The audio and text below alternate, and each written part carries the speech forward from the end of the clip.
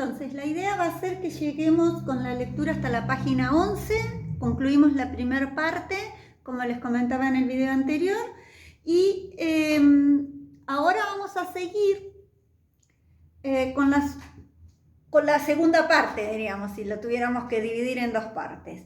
Fíjense que retoma algunos ejes de los que veníamos charlando. Da ejemplos y quizás en los ejemplos ustedes se confundan más o porque son ejemplos específicos dentro de la historia del arte, pero ustedes han tenido una visión general en la contemporaneidad. Recuerden que cuando él habla de vanguardia se está refiriendo a esos movimientos de vanguardia que nosotros habíamos estudiado y que ustedes probablemente han estudiado desde el punto de vista del diseño, porque hay una visión de ida y vuelta entre el arte y el diseño, en especial en el siglo XX, ¿no? Decíamos por qué, y la idea es que este sea el último videíto dedicado a este texto, porque va a hablar desde esta visión crítica de las industrias culturales. ¿Qué es lo que nos tendría que quedar del texto? Es, por un lado, qué es lo que critica, qué es lo que analiza. Si bien es una visión bastante negativa, ¿no?, de las industrias culturales, hoy podríamos reactualizarla y decir, hoy se reactualiza este concepto por industrias creativas. La semana que viene vamos a trabajar, les voy a dejar unos ejes y vamos a hacer un práctico, pero les voy a dejar un texto de cómo reactualizaríamos. Pero siempre es interesante ver esta crítica y llevarla a nuestra actualidad. Bien, en la página 6 va a analizar el concepto de estilo. Decíamos que estilo es el modo de hacer. Y acá hace una visión muy crítica en esto que veníamos hablando, de cómo las industrias culturales actualizan esa idea de naturalización, de romper la distancia entre, podríamos decir, romper la pantalla, ¿no? Es decir, que lo que yo estoy viendo en la pantalla es como si fuera yo, es mi vida cotidiana. Entonces no habría distanciamiento social, ¿no?, en esa mirada. La importancia entonces de esta concepción del estilo, en donde la premisa es el estilo como una formalización, como una importancia de que tiene que ser un lenguaje lo más llano posible para generar la ilusión de que eso, como decíamos anteriormente, es una ventana a la realidad, ¿no? Es decir, invisibilizar el medio, de eso se trataría, ¿no? Al invisibilizar el medio, fíjense algo muy importante que surge cuando vieron que en la televisión pasa mucho, que el programa tiene sus propios auspiciantes y queda como camuflado, ¿no?, la publicidad con el programa. Bueno, eso, la ley de medios, que ya la han sacado en el gobierno anterior, lo que hacía era obligar a que tenían que diferenciar, decir, bueno, ahora viene la parte de avisos publicitarios y esto es un programa, ¿no? Bueno, este tema de las industrias culturales hay que pensarlo también en los manejos, y ahora vuelve a tener relevancia a partir de el DNU sobre como servicios sociales, en el caso de Internet, la accesibilidad. Pero más allá de la accesibilidad, también es interesante saber que son industrias, ¿no?, que están brindando un servicio que hoy es un servicio público. No me voy de tema, volvamos al texto entonces. ¿Qué finalidad tienen las industrias culturales? ¿Para qué? ¿Por qué? Y esto que decíamos al principio, ¿no?, al subordinar de la misma forma todos los aspectos de la producción espiritual al fin único de cerrar los sentidos de los hombres, ¿no?, que no pensemos, ¿no?, eso no me gusta porque me hace pensar.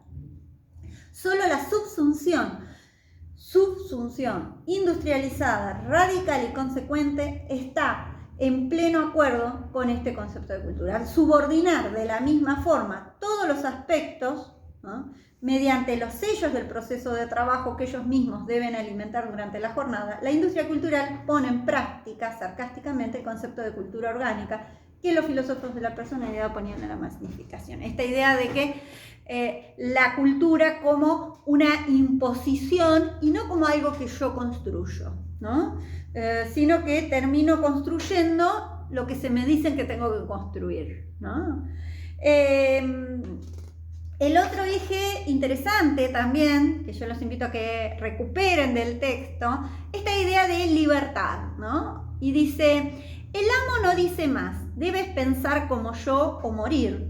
Ya a nadie le interesa eso. Dice, eres libre de no pensar como yo, tu vida, tus bienes, todo te será dejado, ¿no? ¿Por qué? Porque lo vincula a las industrias culturales, no a la Alemania de... cuando él pone el ejemplo, sino a Estados Unidos, el país de la libertad, ¿no? Pongámoslo con muchas comillas porque, bueno, ¿qué libertad? La libertad del mercado, ¿no? Anuncia Estados Unidos, ¿no? Es decir, como una potencia que se va a ir instalando, recién se estaba instalando, pero era el adalid y ese discurso de que somos un país de la libertad. Dice, eres libre de no pensar como yo, ¿no? Tus bienes, todo te está dejado, pero a partir de este momento eres un intruso entre nosotros.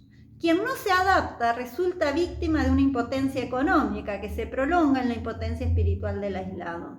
Excluido de la industria, es fácil convencerlo de su insuficiencia.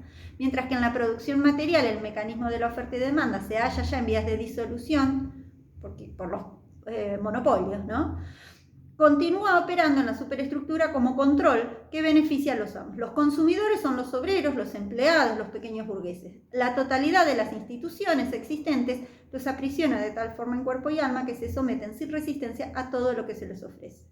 Esta idea de querer ser como otro, querer ser como las estrellas, querer ser, ¿no? Ahora serían los youtubers, ¿no?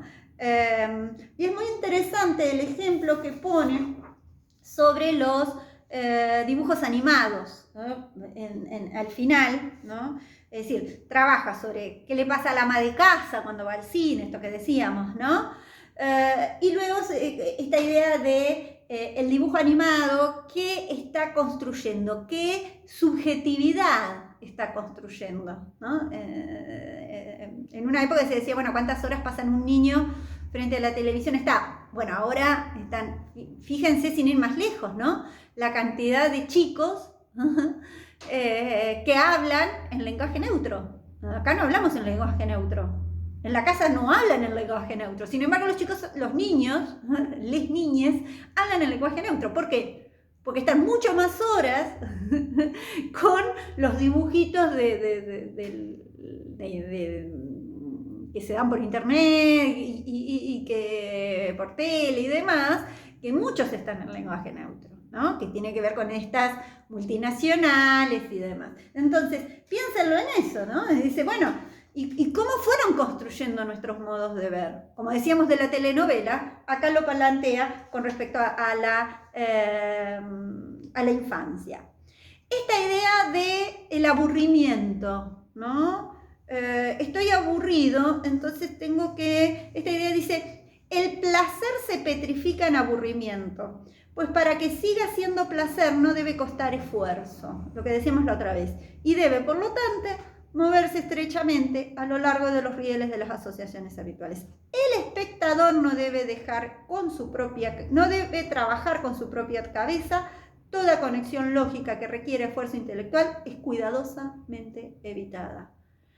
Y eso como una práctica cotidiana. Entonces, ¿para qué voy a pensar? Que piensen otros por mí. Esto que decíamos, ¿no? Que me den la comida ya disuelta. Esta idea del entretenimiento, la cultura del entretenimiento, ¿no? La cultura del ocio, ¿no? Que es todo un aspecto en las industrias culturales. Así que, bien, sobre ello, bueno, después se los cuento. Por ahora habremos con estos dos videos terminado con la lectura que yo les sugiero. Llegaríamos a la página 11, luego va a continuar hablando sobre... A los que les interesa tienen todo el material, pero no los quiero seguir porque es una lectura un tanto compleja, pero una vez que se guían un poco en los ejes, van a ver que la van a ver muy cercana. Porque luego se engancha con respecto a esta idea de que la cultura no sublima, la industria cultural no sublima, sino que reprime y sofoca. Esta idea de que en lugar de sublimar, que era una explicación que daba sobre la cultura Freud, acá lo que plantea es que lo que hace es reprimir al sujeto. ¿Por qué? Porque la idea es que nada de lo que nos hace humanos se ponga en juego. Chau, chau.